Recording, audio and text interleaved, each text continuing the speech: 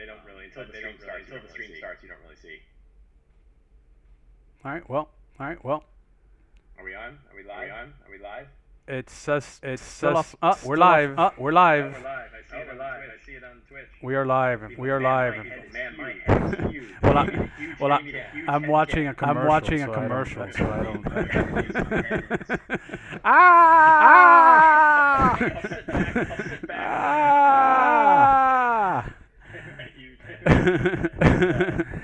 Well, I think we're live. Is what we're doing. Excellent. Welcome to my new Twitch channel. Welcome to my new YouTube channel, Mike Shea. Thank you. You know what I like about Mr. Mike Shea? That you're always very dependable. It's just one thing. That's one of the things I like about you the most. I could call you at 4 in the morning and say, Mike, I want to talk D&D in the morning. Are you available? Yeah, I'm available.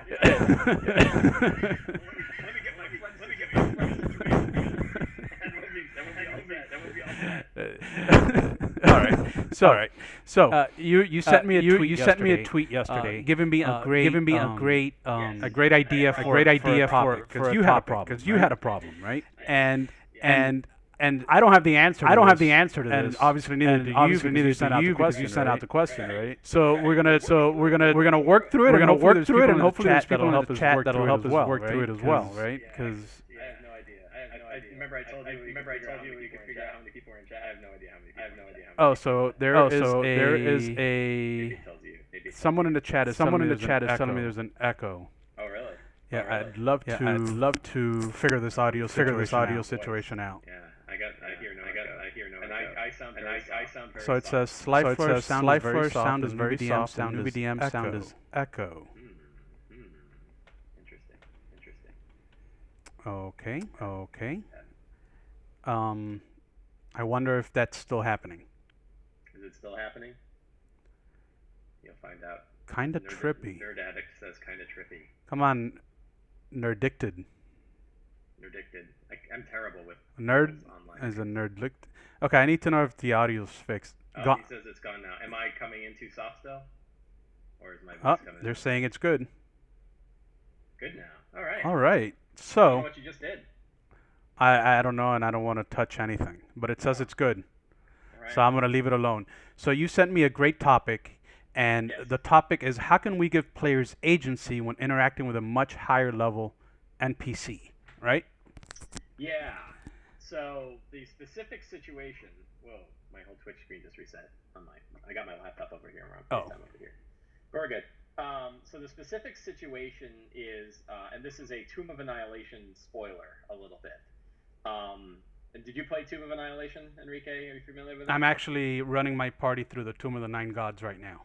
Okay. So you're past the spot where I was. If I ever got to it, and I know which spot it is. I never got to that spot. My players never went there. Okay, so I've been having them run around in the Tomb of Annihilation, getting cubes and stuff, and I knew that the Red Wizards of Thay would have some cubes, and that the Yuanti, right, would have some cubes as well. And I just had a scene. I knew that I wanted to introduce Valindra Shadowmantle, who is the lich that's sort of in charge of the Red Wizards there. And I have this idea that she sort of operates on her own. She doesn't really work with the Red Wizards directly. Ooh, there's a network error. Let me reset my thing here and just make sure our stream's still working. And she's been causing trouble since 4E. She was in the Neverwinter book. I remember her in Yeah, right. There's a bunch of weird stuff going on with Valindra.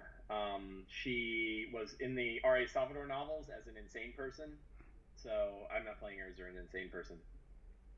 Anyway, so my party knew that she was wandering around. They know that she's there. They kind of know a little about her. They know that she's a powerful red wizard. They don't know anything other than that.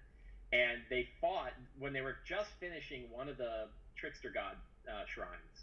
They walked out, and a bunch of red wizards were there and said, "Oh, so you finished it? Why don't you give us your cube?" And the party's like, "No, why don't you eat one?" And then they got into a big fight, and one of the red wizards got away, and all the rest of them were killed. But the characters killed them all. So, wow, I like your little banner at the bottom of the thing. That's pretty cool. How can we give players agency when including much higher level NPCs? Hey, listen, I work in TV, right? I gotta make this. I know you're a real I gotta make this look as close to my job as possible, right? Yeah. So then I said, well, okay. So then I was, in the back and forth and talking with my wife about it. And she was like, she was kind of bothered with the idea that, like, great, now we got to fight the Red Wizards too. And I was like, you don't have to fight them. Like that. The Red Wizards have cubes and they want something, but it's not just a matter of you're going to have to carve your way through the Red Wizards in order to get the cubes. There are options, right? And that's why I've been playing it. Is like the Red Wizards are after cubes, but the Red Wizards also, in my version, don't really want to go into the temple or into the tomb, right? They know it's dangerous down there, and there's probably other reasons. They'd much rather send other people to go down there, and they also don't mind destroying the Soulmonger because they don't like it either. Zastam doesn't like it, but he'd like to know more about what this thing is and how it operates. So he probably has some things that he is that he wants to know about the tomb. Anyway, so at the end of the last session, they finished another one of the Trickster God temples, and Valindra shows up, and she walks in, and she's dressed, in sort of gray and violet robes, and she's this in my version, she's a very slight, sort of like a wood elf, right? She's small and diminutive, but she exudes power, right? And they're all like, "Oh my God, this is Valindra." And she just puts her hands up. She's like, "I'm not here for any kind of trouble, but I think we ought to have a conversation." And I think that I know that some of my people met you before, and that went poorly. I apologize for that. That was a misunderstanding. How about we get together and see where we can agree upon the approach that we both want to take going forward, right? And then they're like, "Well, we're not going with you. We're not traveling all the way across." She says, "Oh, that's not a problem." She creates a big portal that goes right back to the Red Wizard camp, right? She's like, "Just come with me." And like, the Red Wizard camp in the city, or her in the city. Oh, okay. So not to the heart of Bukta or whatever. No. She had left the heart of Bukta by this point. In my version, but sort of near the entrance to the Tomb of the Nine Gods. Okay. Right, and there's a whole bunch of powerful ass Red Wizard people, mercenaries and guards, and a couple other wizards. And there's these huge gladiator, with this big scar across his mouth, and he sees her and he just drops down, and bows to her, right? So they're like, "Wow, if we didn't think she was powerful, we do now," right? So they definitely got the idea. And then so the wizard that had escaped when they fought previously is there, and she says, "This is so and so, I forget his name, and obviously, he did not act from my orders. What would you like me to do with him?" To the party. And the party's like, "How about guard duty?" And she's like, "Yeah, how about guard duty in Dis?" And she grabs him and plane shifts him to Dis. Right? Wow. So now they're like, "Oh, that was a little bit more extreme than we expected." Right? And she's doing it for two reasons. One is, strength over the people in the Red Wizards, but also to kind of show the characters, like, I'm not really fooling around here. But now I've been put in this not an impossible situation, but the party is now in the middle of a Red Wizard camp with Valindra Shadowmantle, who's a lich, right? Spoiler. And other Red Wizards and other guards and everything else. They're really not in a position to be able to fight, right? They're like 7th level. They even as powerful as characters are, they're gonna crush her. She would crush them. So what I'm trying to figure out is, now that means that it has to be a negotiation, and really Valindra has all of the energy on her side because she could just kill them. So it's sort of, they're in this impossible situation, and I don't want them to be in an impossible situation. I want them to have agency. So how do I give in the specific example here, but also in a wider example, if you think back to previous adventures where the party faced the ancient blue dragon at the beginning of Horde of the Dragon Queen, right? And I'm sure in other I'm trying to think back to other adventures. Well, Strahd, right? Like if you face Strahd early on in Curse of Strahd, how do you get situations where the party is in a conversation with a powerful antagonist that doesn't just remove all agency from the players? Does that make sense? It does. I think the first question would be: should the players be thinking about killing or fighting this NPC who is almost serving as a patron at some level, right? Because not yet, right? She doesn't, she's not yet. She hasn't yet given them anything that they want, and she definitely has things that she wants them to do that they probably don't want to do, right? Like the players aren't idiots, the characters aren't idiots. Right. That they don't want to. If she says, "I'll give you the cubes," like the obvious thing for her would be, "I'll give you the cubes that I have, so that you can get into the tomb. If you promise me that when you go down there, you collect some of the liquid that's inside of this soulmonger and bring it back to me." That's the pit. That's the price. So my parents, my players, that would have been weird. My players, my players had a similar interaction with the Red Wizards as yours, except she wasn't a part of it. She never came. She never came into the city. Right. And they never ventured out to the heart of Uptow where she lives. But they did have an interaction with the Red Wizards. The Red Wizards did have cubes. And they made a similar bargain with the Red Wizards, but in our party's case, the players defeated a whole bunch of Red Wizards out in the streets of Omo who sort of attacked them and looking for the cubes, and then they made a deal with the remaining Red Wizards to go in there and figure out what's happening there and come back with any information about the Soulmonger or whatever. Not that my players felt beholden to giving them any information at all once they got out of there, when they do, but at least they went in there with an agreement in place to stop any hostilities and come out of the Temple of the Nine Gods with something for the Red Wizards in exchange for the cubes. Right. Whether they honor that or not later, it's up to them. But they never faced a situation where the NPC was more powerful than them, and it was kind of like so killing them was still an option. Yes. And they already killed some. Killing them was an option, and they already had gone down that path to an extent. Right. I guess the agency, and there's a message in the chat here, sort of echoing what I was going to say, that if the NPC is a quest giver, then the agency is whether or not they choose to align themselves with that NPC or not, and take the quest.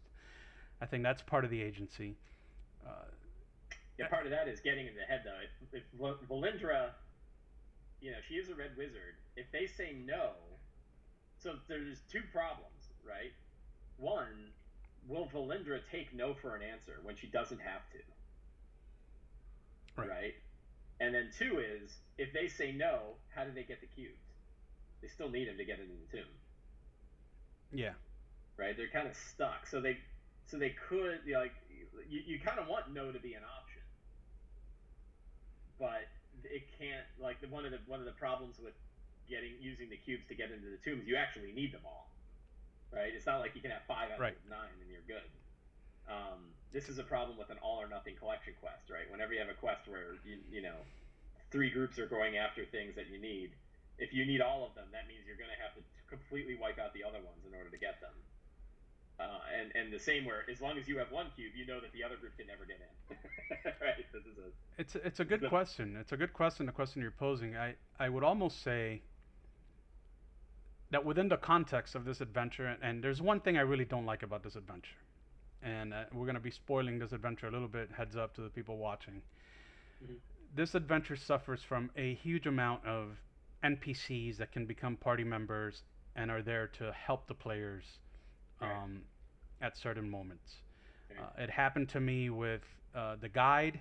It happened to me with Artist and Dragonbait, which I found to be completely insufferable within the context of the adventure. I got rid of them as soon as I could because they were just insufferable, because they're just not balanced to fight with monsters, right? Like alongside the party. I mean, come on. Artist has 3 attacks with that sword of his and that dagger of his. It's got a Holy Avenger. I mean, come on. It's they could sleepwalk through this adventure fighting things. That I heard all of you guys having problems with that, and neither of the 2 groups I've been running through have had NPCs that follow them around, or if they do, they're like that broken down guy that they find in one of the ruins of one of the temples that follows him around. He says, "By the way, I'm not going to help you in combat at all. I'm a wreck."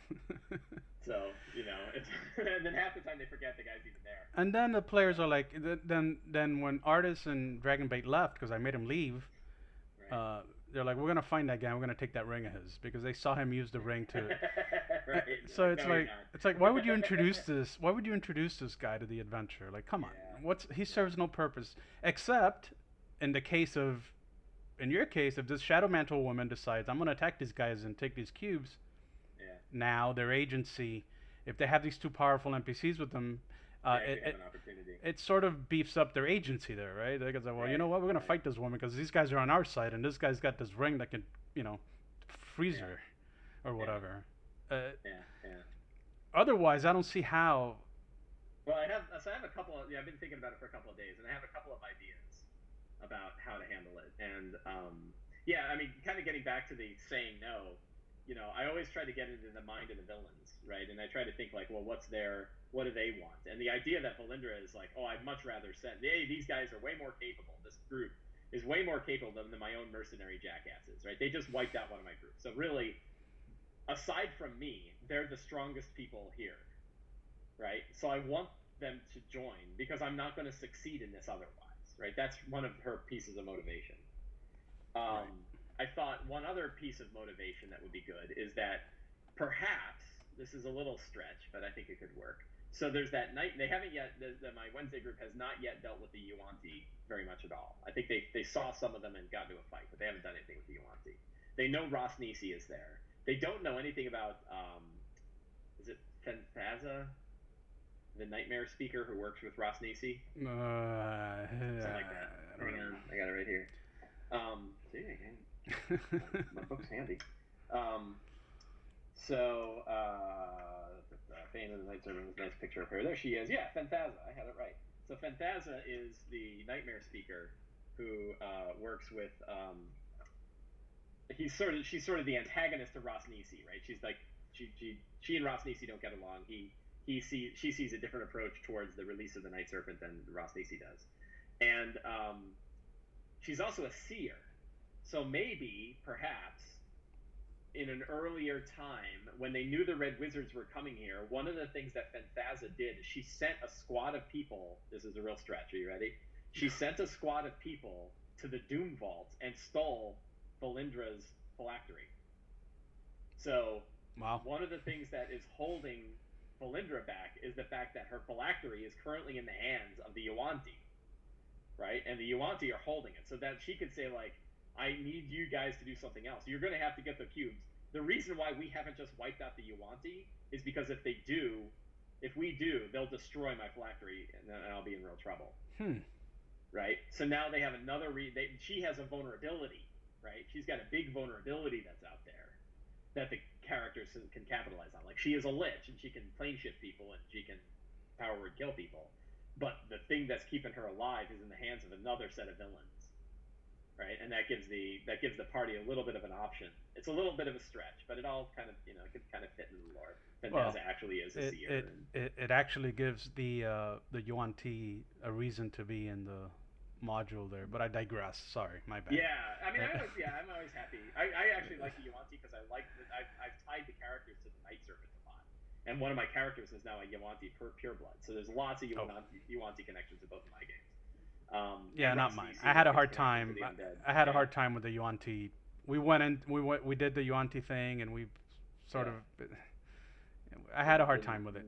Yeah. I find that for the ticking clock aspect of this module, this adventure, there's way too many things that make that ticking clock be irrelevant and thrown out the window. I've dialed way back on the ticking clock too. That was another one that a lot of luckily enough for me, by the time I started running this, a lot of people had kind of worked through the problems. So I knew about the NPC issue, and I knew about the ticking clock issue, and I wired things in the beginning that were able to fix that. Yeah. So for mine, there isn't a ticking clock. It's like, it's an arbitrary ticking clock, and the players know it, right? They know, like, if we get involved in interesting things, as long as Mike is happy with the direction things are going, the clock is slowing down, and if ever he's not, then the clock speeds up. And if they do terrible things, they actually resurrected a character when they shouldn't have been able to resurrect him using hag magic that what's her name had, Nanny Poo Poo. And doing so sped the clock up. Like, all of a sudden, more souls are being drained faster because of what they did. So now they have a better reason. Anyway, Yeah, I've run the Yuan-Ti Temple, the Fane of the Night Serpent for my other group, and they're again a lot of good connections in there, so it worked out. So and they have to go there anyway because they know that the Yuan-Ti have one of the cubes. So how did you deal with Raznazi? Because the same sort of agency is lost. I mean, do you think your players? You could fight Rosnisi though. Like you could, but my other group fought like it was my other group faced him, and it was a really bad situation, and they managed to get his guard because his like main bodyguard was in love with one of the pureblood concubines. Okay. They worked that, and it got him out, and then that suddenly put a big power shift in the wrong way. Like he sort of they tried to get him to betray Rosnisi directly, which he wouldn't do, but he did carve his way through a bunch of Rosnisi's guys to get to his lady friend, and then the two of them stole the character's boat and sailed off in it, which is pretty funny. It was like, son of a bitch took our boat. The love boat. Yeah, what's that? The love boat. The love boat, right? And then bodyguard. It was fun.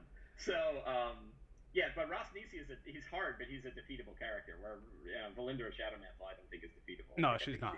They're absolutely not. Right, she's too tough. And yeah, so I never felt when I ran the Fane of the Night Serpent, I didn't have any trouble. They had lots of agency in all of the conversations. They did they made a choice. They were in the middle of a conversation in a negotiation with Rosnisi that was going to get him a cube, and then at that point realized one of the players was missing, and they said if that player was here, there's no way we'd be making this choice. He would not let us do this. We're going to have to fight him for his sake, and then they did. So they made that choice, and that was they had that agency to be able to do so. So that was one thing. The other thing that I'm thinking about is there's that obelisk that's in that camp, right? Right. And the obelisk, if you tilt it or break it, turns into a Nalthashni demon, a big, powerful demon.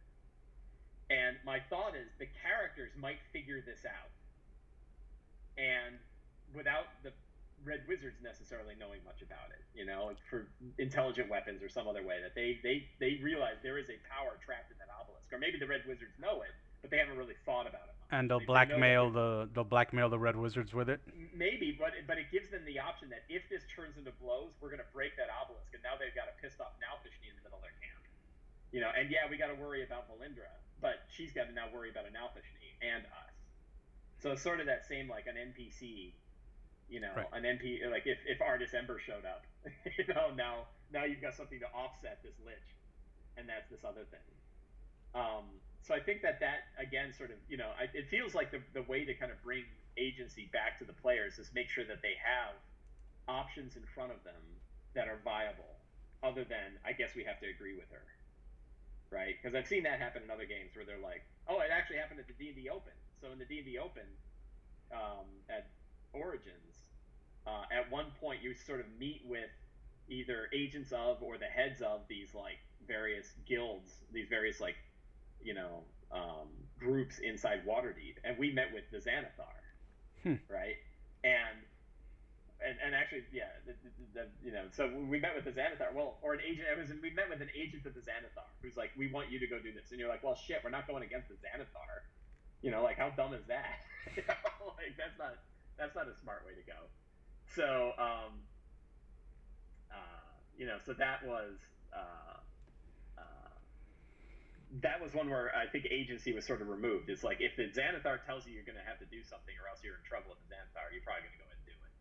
And that ends up becoming railroady, right? Like now their choices are now limited.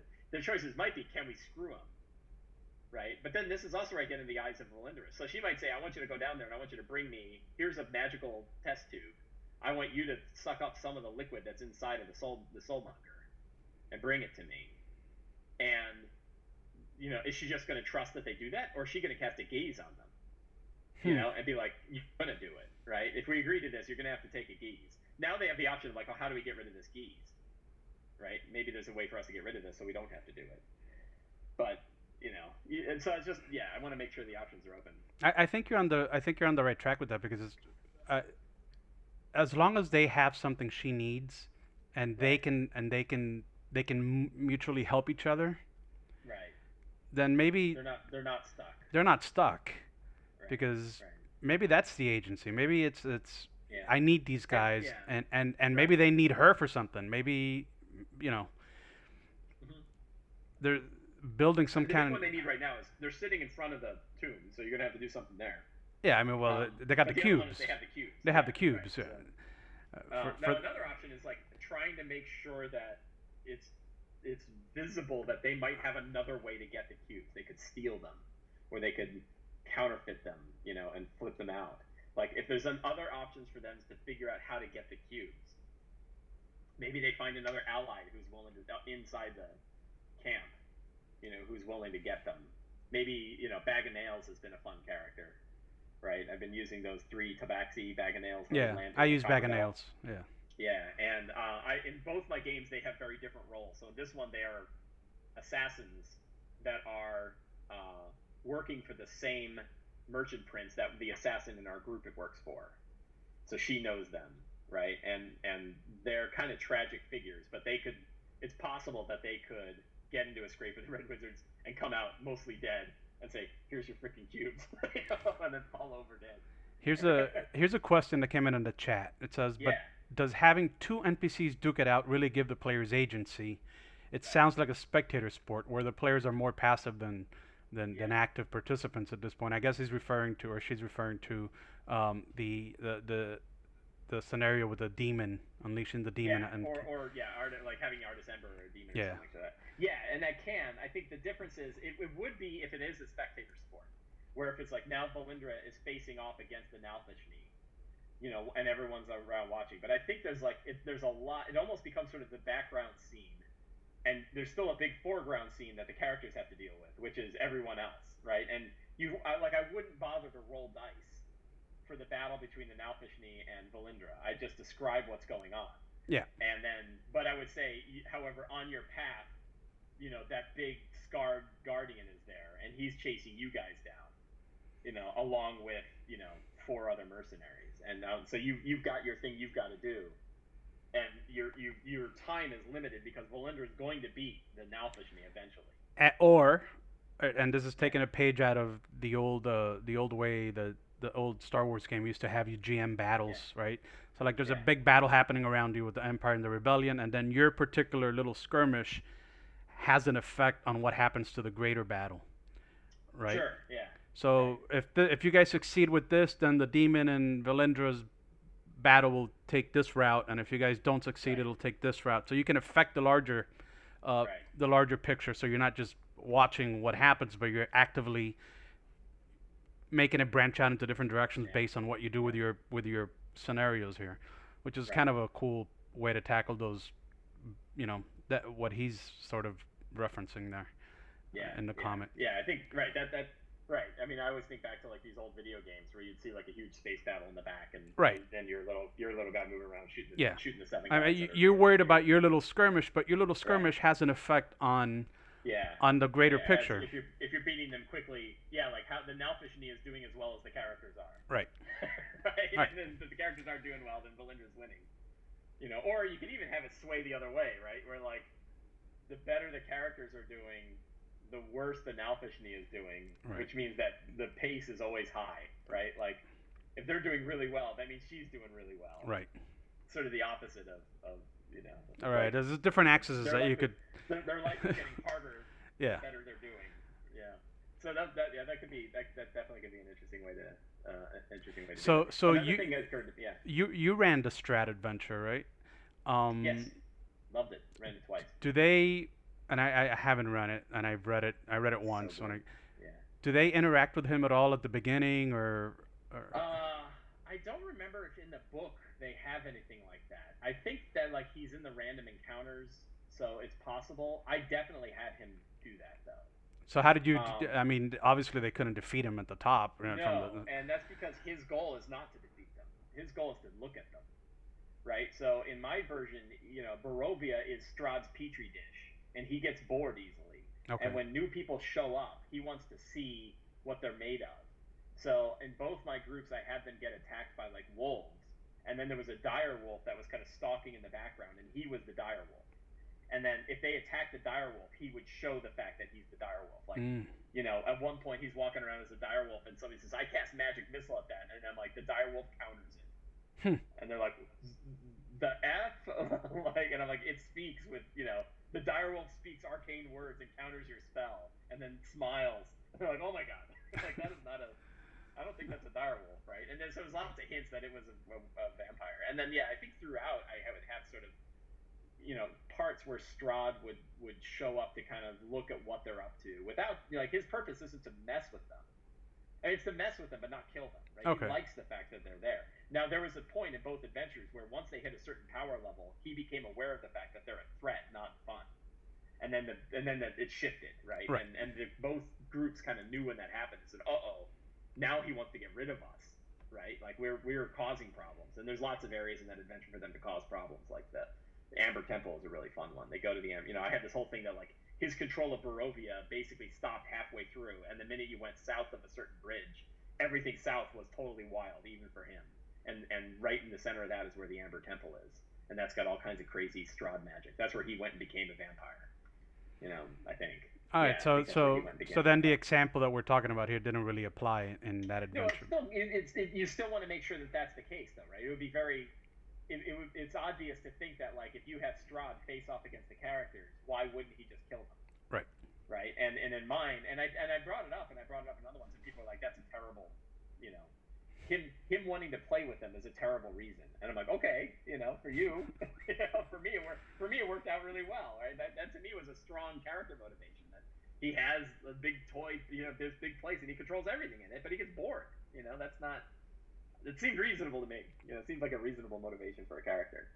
But yeah, like, I really didn't like that in Horde of the Dragon Queen, the face off against the Ancient Blue Dragon. For one, it's like, you're level 1. How many Ancient Blue Dragons are out there, right? And how many of them are you going to run into? And it's like, we ran into one now? Like, why does why are we fighting? The Blue Dragon can, if its purpose is to destroy the town, it can just do it.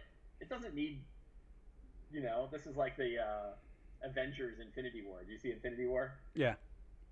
So why does there have to be a big attack on the city at the end when Thanos can just go and kill everyone, right? Like, he doesn't need a bunch of minions going there. I guess they did for a stone. I don't know why. I guess they did it. I'm sure there was a reason. I think the reason was because the game is called Dungeons and Dragons, and it was the first adventure for the new edition, and they needed to have a dragon. Ancient dragon, right? Like, how about a young dragon I could go with, and it's still just as lethal as far as they're concerned. I mean, that adventure, if I remember correctly, that adventure had a bunch of balancing issues from the get-go. Oh yeah, but even with the balancing issues, there wasn't anybody who thought that Ancient Blue Dragon was a good combat challenge.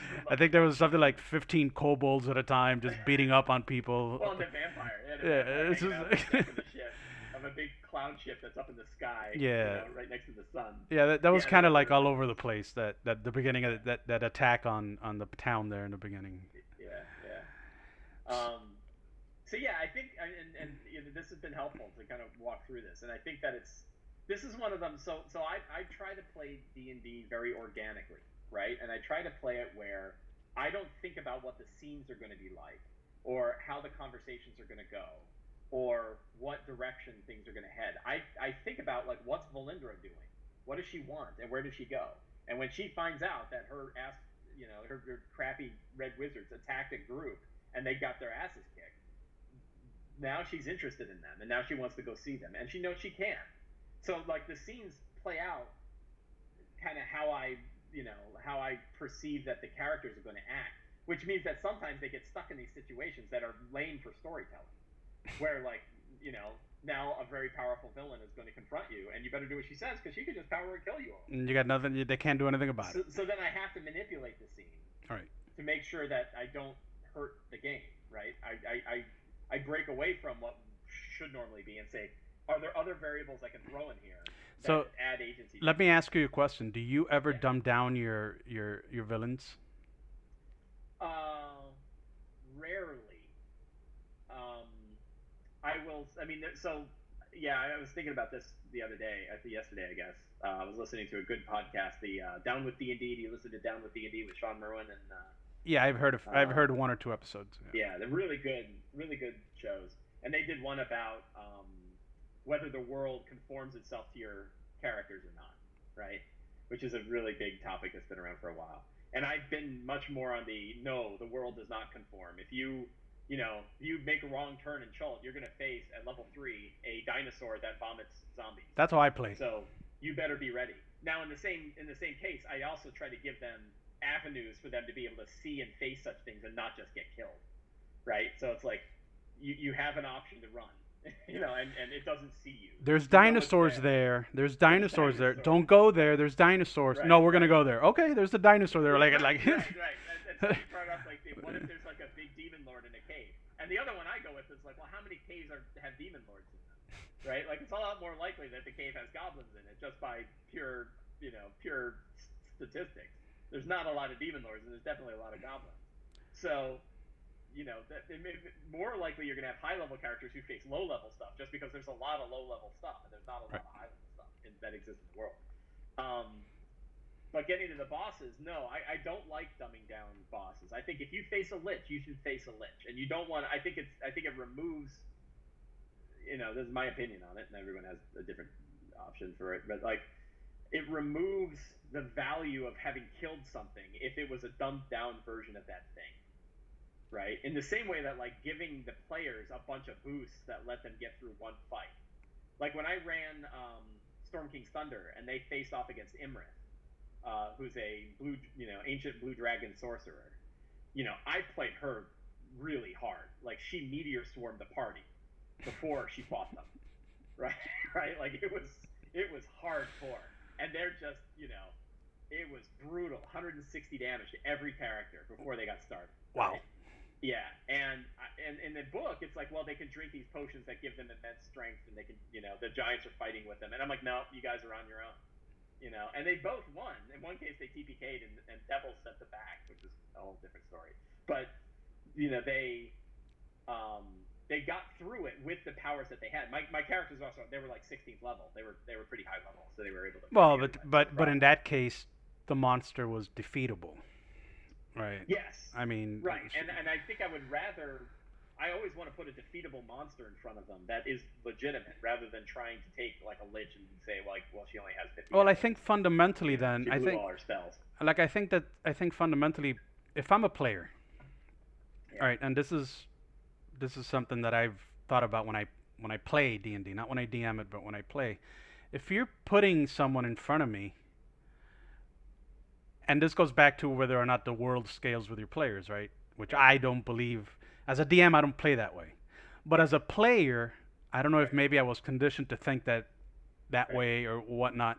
But I always assumed if you're putting this person in front of me, it's because it's a bag of hit points that I can kill and take its stuff, right? Right. Yeah. And there was some of that. I think there was some of that in earlier D&D. There was definitely that in 4E.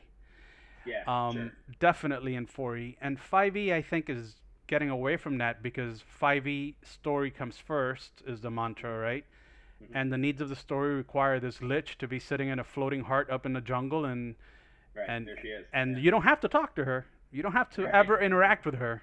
Right. But if you do, she's a lich. Yeah. Don't go hit her with a sword. Yeah. And I think. She'll probably be amused. I think it falls on you and I as DMs. Yeah. To sort of telegraph to the players. Yeah, absolutely. How powerful this person is. Right. And how stupid it would be if you decide to go and attack her. Right. And I'm not removing agency by letting you attack her. I'm actually giving you all the information I could possibly give you, and then you decide what you want to do. Like, I think,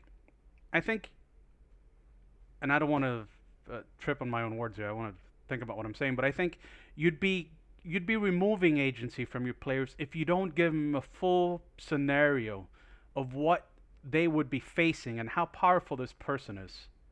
If you just say, oh, well, there's a woman in a floating heart, okay. Oh, well, she's got some magical abilities, but if you don't really telegraph who she is and how powerful she can be, or at least their perception of how powerful she could be, then I think you've done your job as a DM if you do that. And then let the chips fall where they may when they decide to carry it from there. So at least give them the full scope of the information you could possibly give, and then it's on them to decide. I think you'd be removing agency if you don't do your job as a DM and sort of lay out the scenario as best you can. Yeah, I agree completely. I think that with the when we make a choice that the world doesn't conform to the character's level, we also take on the responsibility of telegraphing the fact. Yeah, absolutely. That's not the case, and that you should be able to see. And sometimes it's self-explanatory. If you're level 13 and Orcus shows up, and I had that happen in a game. Run. You already know Orcus. Run. Yeah. Well, in that case, they had a lot of other fodder, so they actually fought him and beat him. Oh. Because they had two groups of drow. Okay. As well. Oh. And then they turned into a giant ape and hit him with a iron golem, and that did it. Nice. But a bunch of crazy shit happened. But going back to that, I do think that's that part of their agency comes from the information we provide them. Yeah. Absolutely.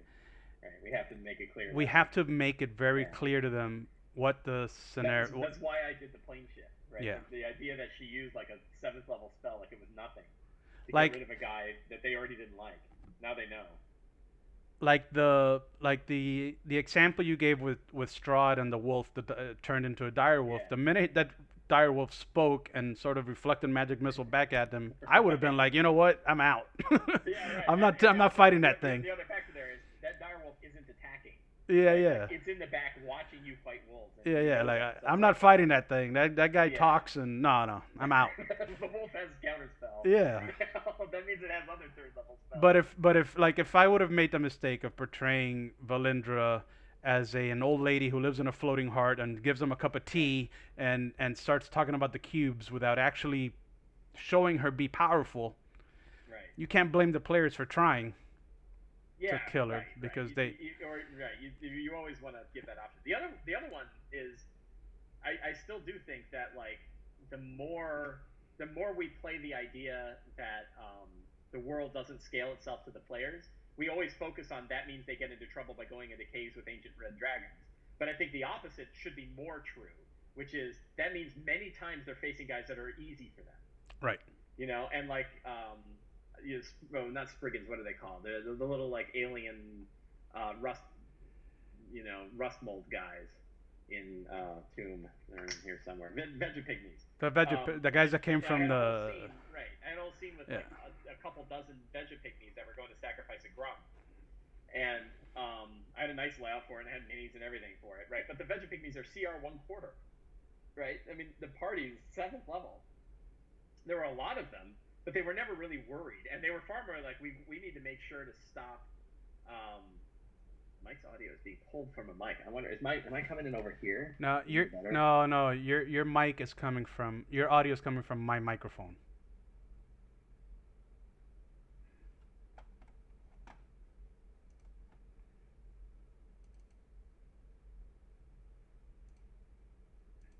Oops.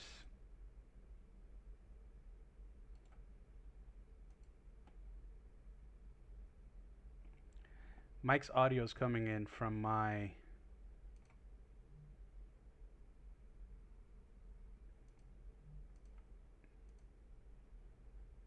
Hold up.